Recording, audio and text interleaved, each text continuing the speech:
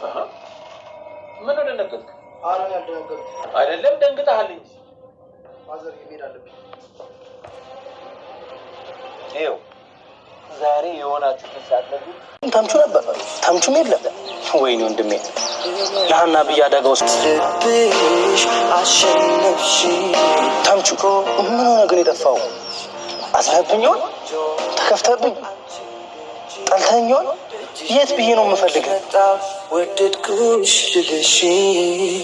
በሀናና በአሲር ጸብ በጣም ተጨነቁ። አሲር እንዲህ ሲል ተናገረ።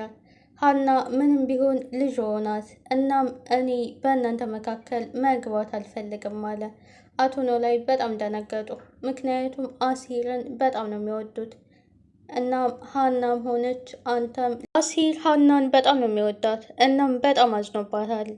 ለነገሩ እኔ ብቸኛ ነኝ፣ እናቱ የጣለችውን ልጅ ማን ይፈልጋል አለ። ታምቹ ወንድሜ የት ነው ያለኸው? እሱም በሀና ምክንያት እርቆኛል። እናም አሁን ላይ ብቸኛ ነኝ። ድንብላል ከባድ ችግር ውስጥ ገባች። ወይዘሮ ሜላት ለወይዘሮ ባዩሽ ምግብ ወስደሻል በማለት ጠረጠረቻት። ምናሴም እናቱን ለማረጋጋት ሞከረ።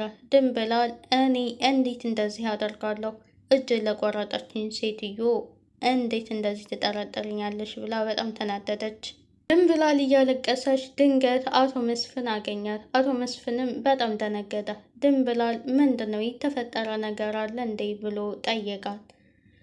ድንብላልም እትዬ በፖሊስ ሊያዩኝ ነው ብላ ነገራችሁ። ምን ተፈጥሮ?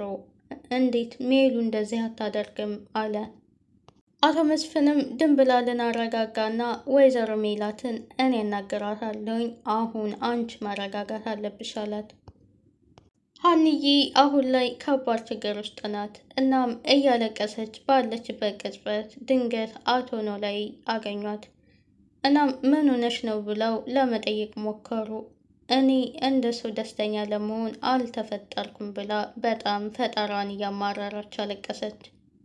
አቶ ኖላዊም ሀንዬ ለማረጋጋት ቢሞክሩ ሀንዬ ግን በጣም ተናደስ ስለነበረ ትታቸው ሄደች። ልጄ ምን ሆናብኝ ነው ብለው በጣም አዘኑ። በጣም ከፋቸው። ሀንዬ ክላሷን ዘግታ እያለቀሰች ወይዘሮ ሜላት አንኳኩታ ምንድነው የተፈጠረው ብላ ለመጠየቅ ሞከረች። ሀንዬ ግን ፈቃደኛ አልነበረችም ለመናገር። አሁን ላይ ምንም ነገር መናገር አልፈልግም፣ ስረጋጋ እነግርሻለሁኝ አለቻት። ወይዘሮ ሜላት እንደ እናት ብትቆጥረኝማ ትነግረኝ ነበረ፣ እናም እንደ እናቱኝ ስላላሳደግኩሽ ነዋ ብላ መለሰችላት። አቶ መስፍን ድንገት ወደ መኝታ ክላስ ሲገባ ወይዘሮ ሜላት በጣም ከፍቷ ታየ። ሜሉ ምንድን ነው የተፈጠረ ነገር አለ እንደ ብሎም ጠይቃት።